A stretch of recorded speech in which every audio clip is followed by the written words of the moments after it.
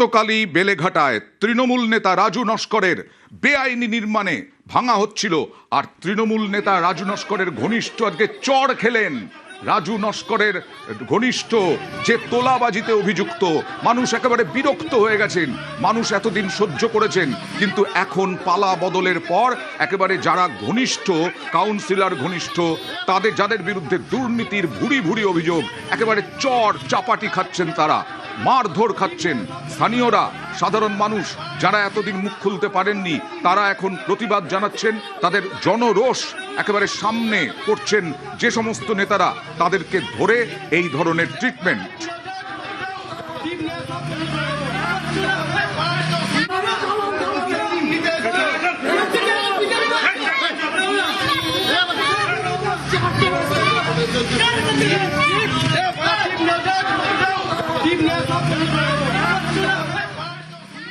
সল্টলেকের এক তৃণমূল নেতা, সেও এক কাউন্সিলরের ঘনিষ্ঠ, চটি পেটা খাচ্ছেন। এরই বিরুদ্ধে অভিযোগ, একটা দোকান দিতে গেলে নাকি 30 লক্ষ টাকা নেওয়া হতো। একজন সিঙ্গারা বেচে, তার কাছ থেকে নাকি 10 লক্ষ টাকা নেওয়া হতো এই দোকান বসানোর জন্য। আজকে সামনে পেয়েছেন মানুষ, দেখুন।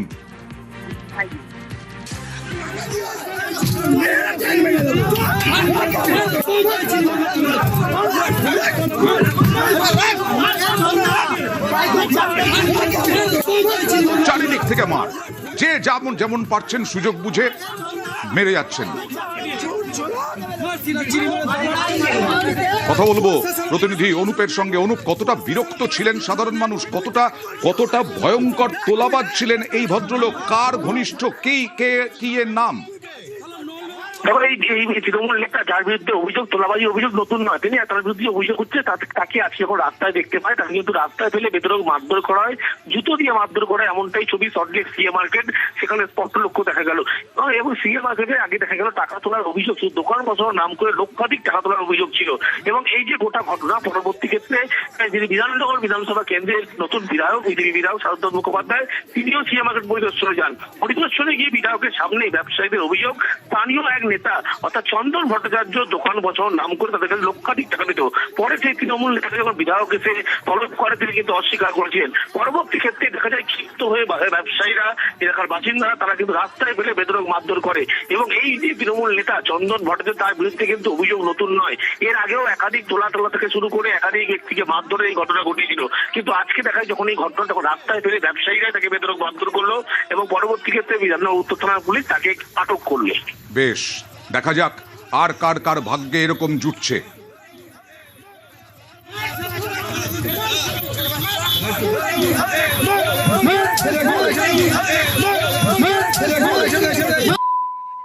প্রচুর লোক পয়সা দিয়েছে, কেউ 50,000, কেউ 1,20,000, কেউ 1.5 লাখ, বাকি লোকজন বলছে 4-5 লাখও গেছে। তো তার মধ্যে আইডেন্টিফাই করা হলে সবাই বলছে একজনের নাম, সেই ভদ্রলোকের নাম আমরা জেনে নেওয়া।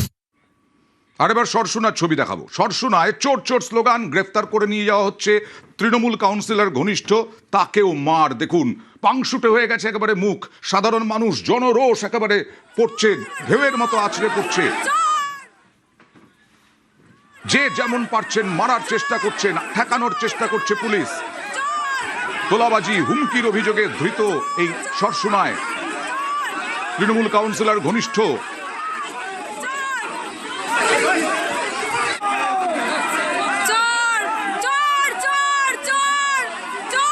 এর নাম তপন বিশ্বাস, কাউন্সিলর মালবিকা বৈদ্যর ঘনিষ্ঠ, 127 নম্বর ওয়ার্ডে।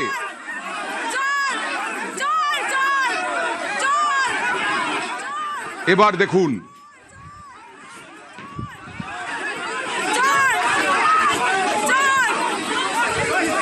কেন রোষ? একজন তৃণমূল কাউন্সিলরের ঘনিষ্ঠ, তার বাড়ি দেখুন, বাড়ির ছবিটা কোথায়? তার বাড়ি দেখুন, বিরাট বাড়ি তার। তৃণমূল ঘনিষ্ঠ কাউন্সিলরের এই হচ্ছে কাউন্সিলরের ঘনিষ্ঠ হয়ে এই রকম বাড়ি, তোলাবাজি, হুমকি, এইসব করেই এই রকম বাড়ি। হ্যাঁ, আমরা প্রতি জায়গা থেকে দেখছি, এখন কুঁড়ে ঘরে থাকতো, এখন হয়ে গেছে রাজপ্রাসাদ। এই রকমই বিভিন্ন ছবি যেমন দেখছি, আজকের এই ছবিটা উঠে এলো সরসুনায়। এই তৃণমূল কাউন্সিলর ঘনিষ্ঠ তপন, তার এই রকম বাড়ি, একেবারে বিরাট বাড়ি, সে তোলাবাজি। আসলে তোলাবাজি করতে হতো না। এই রকম বাড়ি যদি সত্যিকারের কোনো রোজগার থেকে করতেন তাহলে তোলাবাজি করতে হতো না। আর আজকে কাছে পেয়ে এতদিন পালা বদলের আগে কিচ্ছু বলতে পারেননি মানুষজন, ভয়ে মুখ খুলতে পারেননি, এখন একেবারে হাত খুলে দিয়েছেন।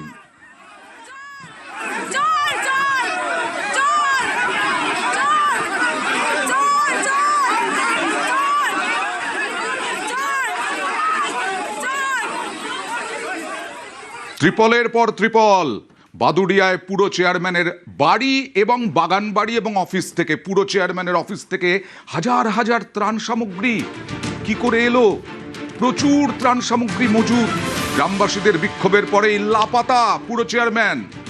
বাদুড়িয়ায় পার্টি অফিস থেকে কয়েক হাজার ত্রিপল উদ্ধার। কথা বলবো প্রতিনিধি অনুপের সঙ্গে। অনুপ, এর আগে জানা যায়নি যে তার বাড়ি, অনুপমের সঙ্গে অনুপম, এর আগে জানা যায়নি এরকম ভাবে ত্রাণ মজুত রয়েছে তার বাড়ি থেকে।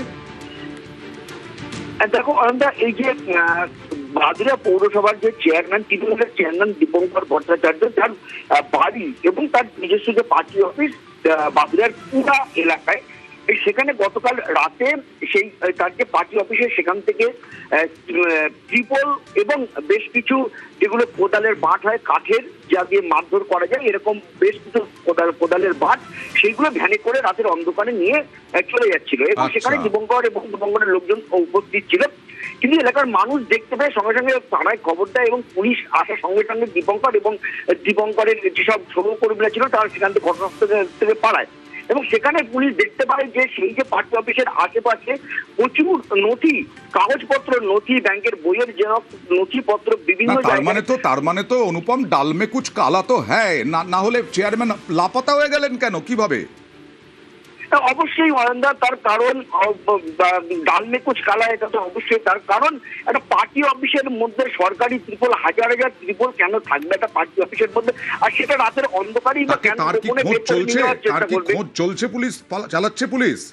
হ্যাঁ দেখো, এই বিষয়ে কিন্তু এলাকার মানুষ এবং বিজেপির পক্ষ থেকে বাদুড়িয়া থানায় একটা অভিযোগও দায়ের করেছে এবং সেই অভিযোগের ভিত্তিতে বাদুড়িয়া থানার পুলিশ তদন্ত শুরু করেছে এবং এই যে পৌরসভার যে চেয়ারম্যান দীপঙ্কর ভট্টাচার্য, তার খোঁজে তল্লাশি। দেখা যাক পুরো চেয়ারম্যান কবে ধরা পড়েন।